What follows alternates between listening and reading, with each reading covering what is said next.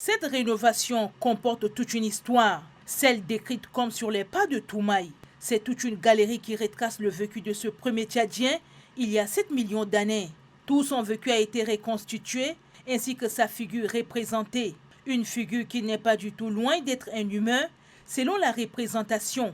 Cette rénovation offre l'opportunité aux Tchadiens de découvrir l'histoire de ce fossile qui a fait du Tchad berceau de l'humanité.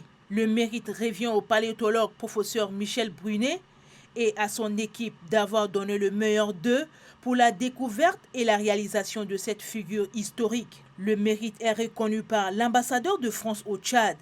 La France, monsieur le ministre d'État, est heureuse et fière d'avoir été depuis de si longues années, dans le cadre de la mission paléontologique franco-tchadienne, le compagnon de route du Tchad sur les pistes du Djourab.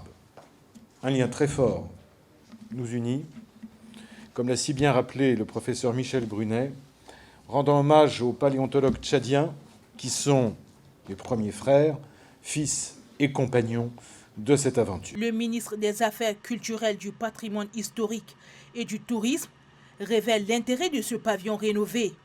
Le résultat des recherches effectuées au Tchad depuis 30 ans mérite d'être valorisé pour que les Tchadiens en général et le public en particulier, l'histoire des hommes et de la planète a commencé à s'inscrire au Tchad, alors exposé Toumaï et son environnement avec des outils et supports de communication modernes contribuent à la reconnaissance de l'héritage africain au patrimoine mondial de l'UNESCO.